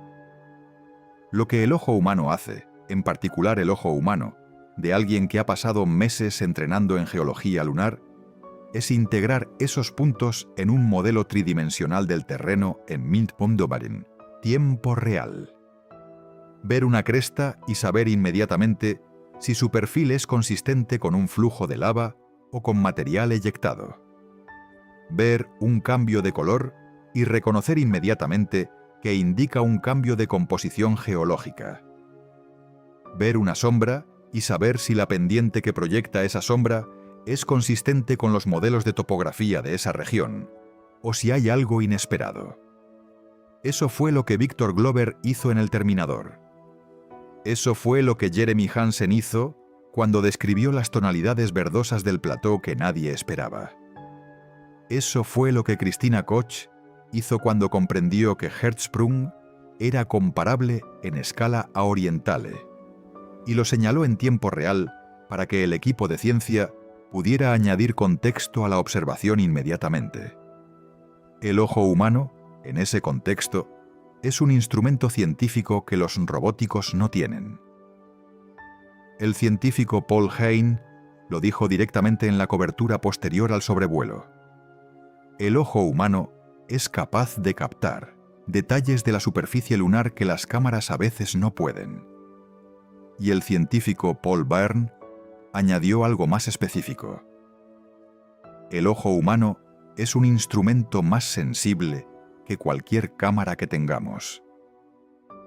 No en términos de resolución óptica abstracta, en términos de la integración de información contextual que el cerebro humano hace instantáneamente con lo que el ojo le proporciona.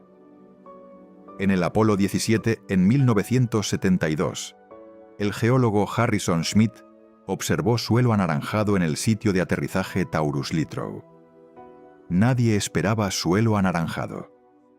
Los datos orbitales no lo habían predicho. Pero Schmitt, el único geólogo que había caminado en la Luna, vio el color diferente y supo inmediatamente que era relevante.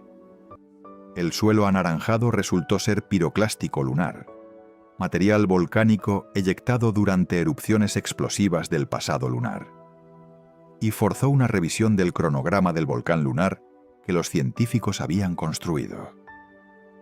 Una observación de un segundo por el ojo humano cambió nuestra comprensión de la historia volcánica de la Luna. Los científicos de Artemis II instruyeron específicamente a la tripulación para que prestara atención a los colores de la misma manera que Schmitt en 1972. Y Jeremy Hansen vio tonalidades verdosas en un plató de la cara oculta que no se parecían a nada más en ese hemisferio. No sabemos todavía qué significa eso. Puede ser una diferencia de composición mineral. Puede ser un artefacto de la iluminación en el momento específico de la observación. Puede ser la señal de algo que los mapas orbitales no habían caracterizado correctamente. Determinar cuál de esas opciones es la correcta requiere el análisis de los datos de imagen de alta resolución que la tripulación capturó en el mismo momento. Pero la observación existe. Está registrada. Y puede ser el equivalente del suelo anaranjado de Harrison Schmitt para la cara oculta de la Luna. Hay algo que la explosión de datos de Artemis II no resolverá. El misterio de Reiner Gamma. Reiner Gamma, el remolino brillante de la cara cercana que la tripulación observó al principio del sobrevuelo, es uno de los fenómenos más desconcertantes de la superficie lunar. Tiene 70 kilómetros de extensión. Es visible desde la Tierra con telescopios de aficionado. No tiene relieve topográfico. Es simplemente una región más brillante que el terreno circundante, con una estructura en espiral que los mapas de alta resolución muestran como un patrón de filamentos brillantes sobre fondo oscuro. Y tiene una anomalía magnética local que es la más pronunciada de toda la cara cercana. La NASA tiene una misión del programa CLPS planificada para aterrizar específicamente en Reiner Gamma. El objetivo es caracterizar la anomalía magnética desde la superficie para distinguir entre las hipótesis de su origen. La hipótesis del impacto de cometa, que sugiere que el campo magnético del cometa magnetizó la regolita lunar al impactar.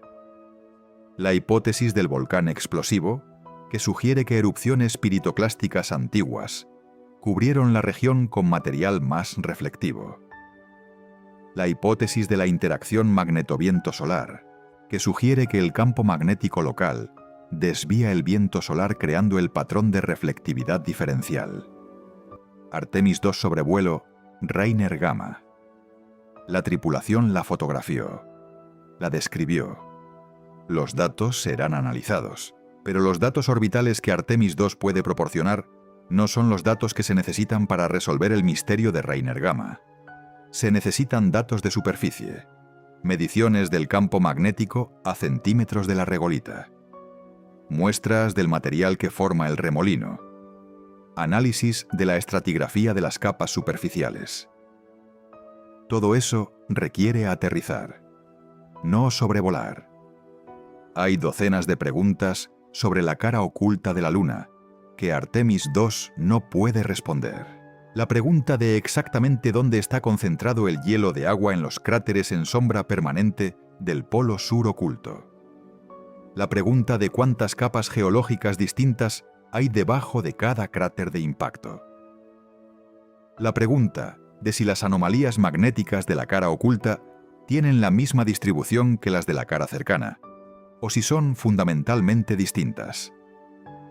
Todas esas preguntas requieren aterrizajes, requieren rovers, requieren sondas de perforación, requieren el Viper y sus sucesores. Lo que Artemis II sí puede hacer, y lo que sus 175 gigabytes están comenzando a hacer en los laboratorios de la NASA en Houston, es algo diferente. Reducir el espacio de incertidumbre de esas preguntas. Eliminar las hipótesis que son inconsistentes con lo que los ojos de la tripulación vieron. Añadir contexto a los datos de los orbitadores que por sí solos no permitían distinguir entre interpretaciones alternativas. Y producir el tipo de comprensión del terreno que hace que las misiones de aterrizaje futuras sean más eficientes, porque los científicos que las planifiquen habrán incorporado lo que los ojos humanos aportan. El científico James W. Head III, de la Universidad de Brown, lo enmarcó de la manera más amplia posible en el análisis posterior al sobrevuelo. La superficie lunar es una ventana directa al pasado perdido de la Tierra. La cara oculta de la Luna, con su corteza más gruesa, menos procesada volcánicamente, más cercana al material original de formación del Sistema Solar, es un archivo de la historia del Sistema Solar primitivo que la Tierra ya no conserva, porque la actividad geológica terrestre ha reescrito su registro geológico innumerables veces.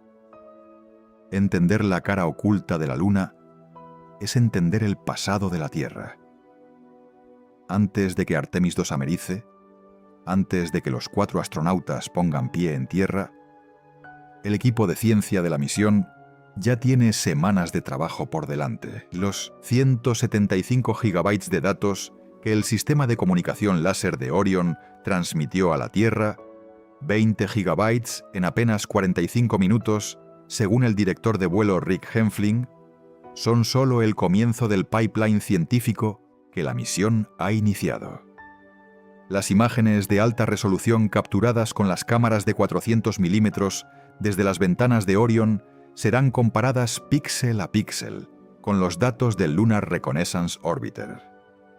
Las regiones donde los astronautas describieron diferencias de color o textura que los datos orbitales no habían caracterizado del mismo modo, serán analizadas buscando la firma espectroscópica que explique lo que los ojos humanos vieron.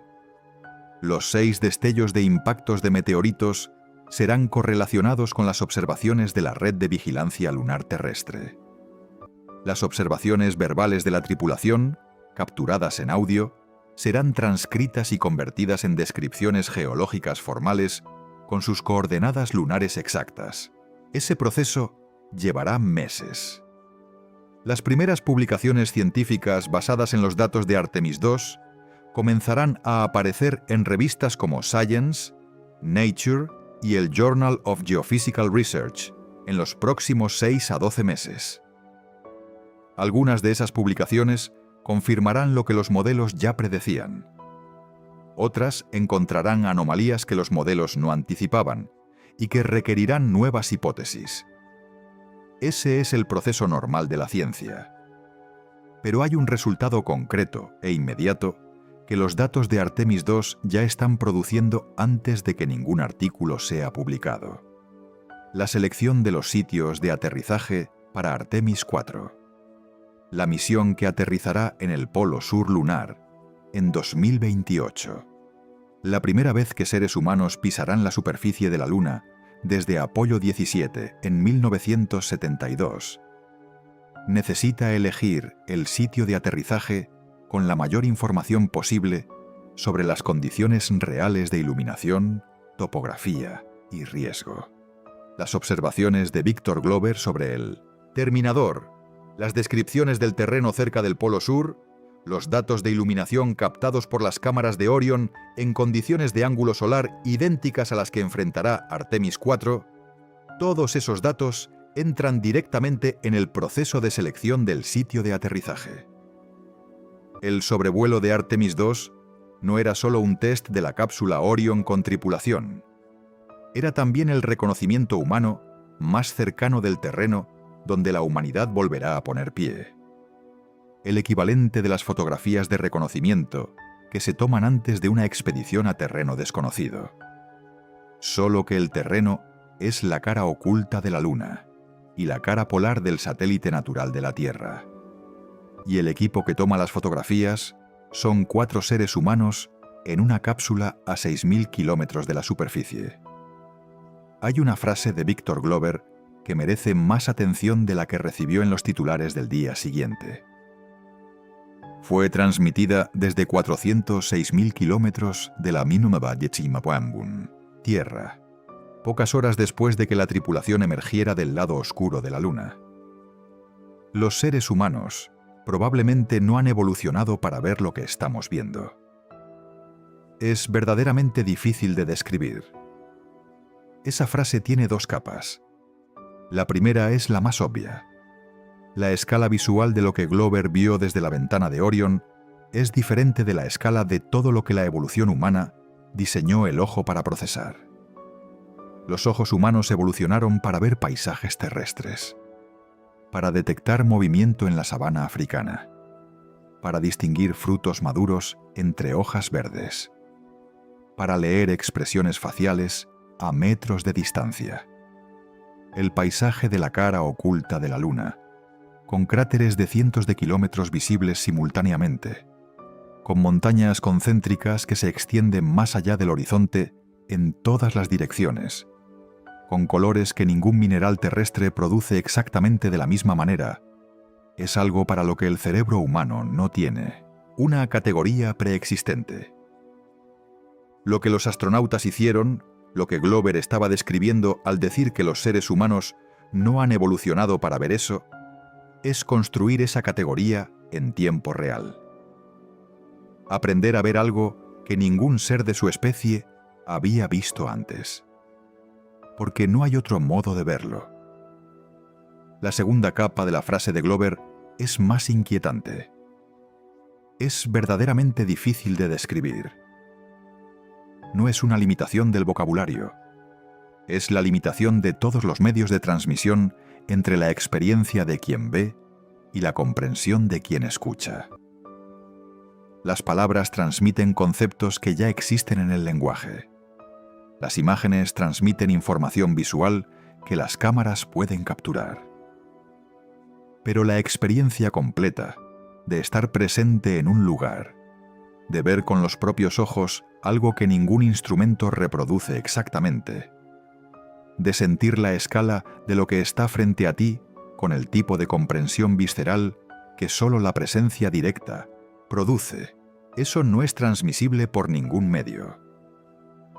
Los 175 gigabytes de datos de Artemis II son la mejor traducción disponible de esa experiencia. Pero no son la experiencia. Y eso es lo que hace al espacio tripulado irreemplazable. No como aventura, sino como empresa científica. Los robots transmiten datos. Los seres humanos transmiten datos más comprensión. Y la comprensión que Weissman, Glover, Koch y Hansen adquirieron en 7 horas sobre la cara oculta de la Luna no está completa en los 175 gigabytes. Está también en las conversaciones que tendrán con los científicos en los meses siguientes, en los artículos que escribirán, en los datos que señalarán en las imágenes diciendo «esto es lo que vi y esto es lo que pensé en ese momento». Esa capa de comprensión mediada por la experiencia humana directa es la que Artemis II ha añadido al registro científico de la Luna. El científico David Krang lo dijo con la precisión de alguien que lleva décadas esperando este momento. Es realmente importante que los astronautas tengan la oportunidad de hacer observaciones con el ojo humano y describirlas con una voz humana con la maravilla del corazón humano. Maravilla del corazón humano. Eso es lo que los libros de texto de geología lunar no pueden tener. Eso es lo que los satélites no transmiten. Eso es lo que hizo que Weissman viera un cráter y pensara en Carroll. Y que la Luna tenga ahora su nombre. Hay algo que la cara oculta de la Luna ha sido durante toda la historia de la humanidad. Un espejo sin imagen. La mitad de lo más cercano que tenemos fuera de nuestro planeta, invisible. Conocida como existente desde los primeros matemáticos que calcularon que la Luna tenía que tener un hemisferio que la Tierra no podía ver, pero completamente oscura para la observación directa hasta el 7 de octubre de 1959, cuando la sonda Luna 3 transmitió las primeras fotografías. Y completamente oscura para el ojo humano hasta el 6 de abril de 2026. No oscura en el sentido de que no recibiera luz. La cara oculta recibe exactamente la misma cantidad de luz solar que la cara cercana. Oscura en el sentido de que ningún ser humano la había visto con sus propios ojos. En el sentido de que ninguna mente humana había procesado directamente la información de ese paisaje. En el sentido de que toda la comprensión que la humanidad tenía de esa mitad de la Luna estaba mediada por instrumentos. El 6 de abril, eso cambió. 4 seres humanos vieron la cara oculta con sus propios ojos. La describieron. La nombraron en parte. Dejaron en ella el nombre de una persona que ya no puede ver nada, bajo una luz que en ese cráter específico iluminará durante miles de millones de años más. Y transmitieron desde esa oscuridad, que fue oscura para todos menos para ellos, en esos 40 minutos, la frase que resume lo que la exploración hace. Y a todos ustedes allí, abajo en la Tierra y alrededor de la Tierra, les queremos, desde la Luna. El misterio de la Luna de dos caras no está resuelto. La pregunta de por qué el hemisferio que mira a la Tierra tiene volcán y el que mira al espacio no, seguirá siendo estudiada durante décadas. Los 175 gigabytes de Artemis II aportarán piezas. Las misiones que vendrán después aportarán más.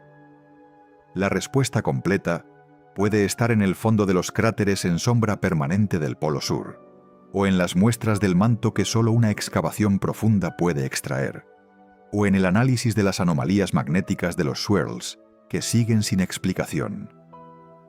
La ciencia avanza en capas, y Artemis II acaba de añadir una capa fundamental. Pero más allá de la ciencia, hay algo que el sobrevuelo de Artemis II ha añadido que no está en ningún gigabyte.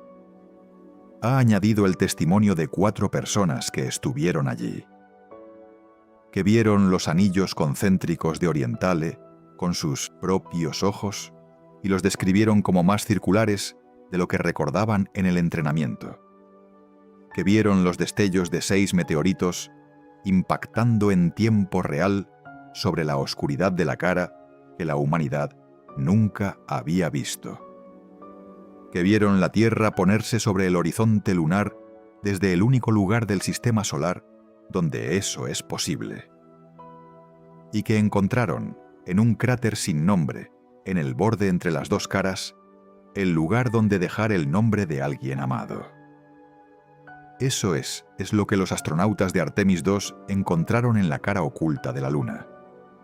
No solo cráteres y datos y megabytes, la primera oportunidad de la humanidad de estar presente en ese lugar, de verlo, de nombrarlo, de entenderlo con el tipo de comprensión que solo la presencia directa produce, y de transmitir desde allí, desde el otro lado del único mundo que la Tierra tiene como vecino, que todavía elegimos conectar, que todavía elegimos nombrar lo que vemos, que todavía llevamos con nosotros al espacio profundo los nombres de las personas que dejamos atrás. El cosmos no es solo misterioso, es también el lugar donde los seres humanos llevan sus muertos, y desde el que los vivos transmiten que siguen eligiendo la vida.